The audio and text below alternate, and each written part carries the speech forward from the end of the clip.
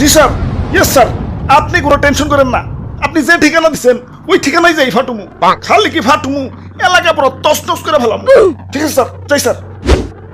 অনেক দূর যাইতে হইব, গতিটা আরো বাড়িয়ে দিই।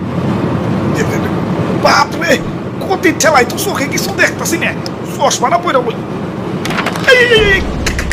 কাগজ তুইটা গেল। হাই হাই, যে লোকেশনে যে আমার ফুটন লাগবো ওই ঠিকানাটা তো কাগজে লেখা ছিল। লোকেশনটা তো মুখস্থ করি নাই। কাম সারছে, কি করি এখন তো ব্যাগ গিয়ারও দিয়া পারো না। না, আমার তো কোনো না কোনো জায়গায় যে ফুটনই লাগবো। কি করি কই পুরি। ওই তো সবুজ শ্যামল একটা দেশ দেখা যাইতেছে।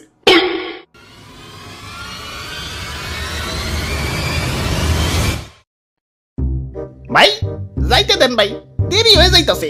আব্বে হালায়, তুমি কোন এসে দেখছো? চাঁদা পয়েন্ট, মানে চাঁদা ছাড়া ঢুকতে দন যাবো না। ওরে বাপুরে, ইয়া চাঁদা দেও আর আগে বাড়াও। চাঁদা তোলেন কেন ভাই? এটা তো ঠিক না ভাই। এত কথা না কয়ে চাঁদা দিয়ে বিদায় হও, পিছে সিরিয়াল লাগছে দেখো না। আরে আরে খারাও তো তাড়াহুড়া গেলা। ওই আমার পতাট কেউ না, আমার একটু সামনে গিয়া ফুটতে হইব। কিন্তু সামনে যাইতে হলে যে চাঁদা দেন লাগবো। এই চাঁদা হবাই চাঁদা, এই রাস্তা দিয়ে যেই যাইবো তারই চাঁদা দিতে হইব। দেন আপনার চাঁদা দাদা 150 টাকা। 150 টাকা? এই আমার কাছে কোনো টাকা নাই। টেকা না থাকলে তো যাইতে দেন যাবো না। ওই ইমার্জেন্সি ভাই, আমার একটু সামনে যাই ফুটন লাগবো, যাইতে দাও ভাই। না না, চাঁদা ছাড়া তো কোনোভাবেই যাবে দেন যাবো না। কাম সারছে রে, কোন দেশে বললাম? অন্য দেশে ঢুকতে গেলে তো এন্টি মিসাইল সিস্টেমের মুখোমুখি হইতে হয়, এনে তো চাঁদার মুখোমুখি অন লাগতাছে। ওরে বাপুরে, এইটাই আমাকে উন্নত প্রযুক্তির এন্টি মিসাইল সিস্টেম। আরে ভাই বুঝতেছো না, ইমার্জেন্সি ভাই, আমার সামনে যে ফুটন লাগবো। বিশ্বাস করো ভাই, আমি তোমাকে দেশে ঢুকতাম না ভাই, খালি যে টার্গেটে যে আমার ফুটন লাগবো ওই ঠিকানাটাই হারিয়ে ফেলাইছে।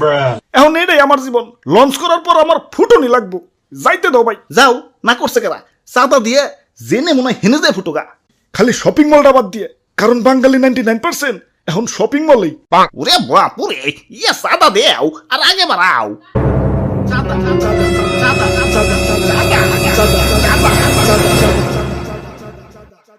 আরে ধর, এই তখন মানুষের বেলায় কোথাও শান্তি পাইতেছি না। একে তো আমার জায়গায় জায়গায় ফুটিয়া ফাটিয়া দুনিয়া জুড়ে একটা গ্যাঞ্জাম বাজিয়ে দিছে, তার উপরে তোরা চাঁদাবাজিতে রাস্তা আটকে বই রইছস। ওই তোরা কি দুনিয়াটা একটু গুছিয়ে গেছে সুন্দর রাখতে পারস না? দুনিয়াটা তো তগই নাকি, তোরাই তো থাকুস, একটু মিলামিশা থাকুন যায় না? লোভ, হিংসা, ক্রোধ, ক্ষমতা তখন তো দিন দিন মানুষ বানিয়ে দিতেছে। আরে আমার ভাবতেও অবাক লাগে, এই মানুষ আমারে বানাইছে ওগো নিজে গই ধ্বংস করার জন্য। কিছু মানুষের রাজনৈতিক ঝগড়া আর ক্ষমতার লোভ শাস্তি দিচ্ছে সারা দুনিয়ার নিরীহ মানুষদের। আমি যখন আকাশে উঠি, নিচে দেখি বাচ্চারা খেলছে।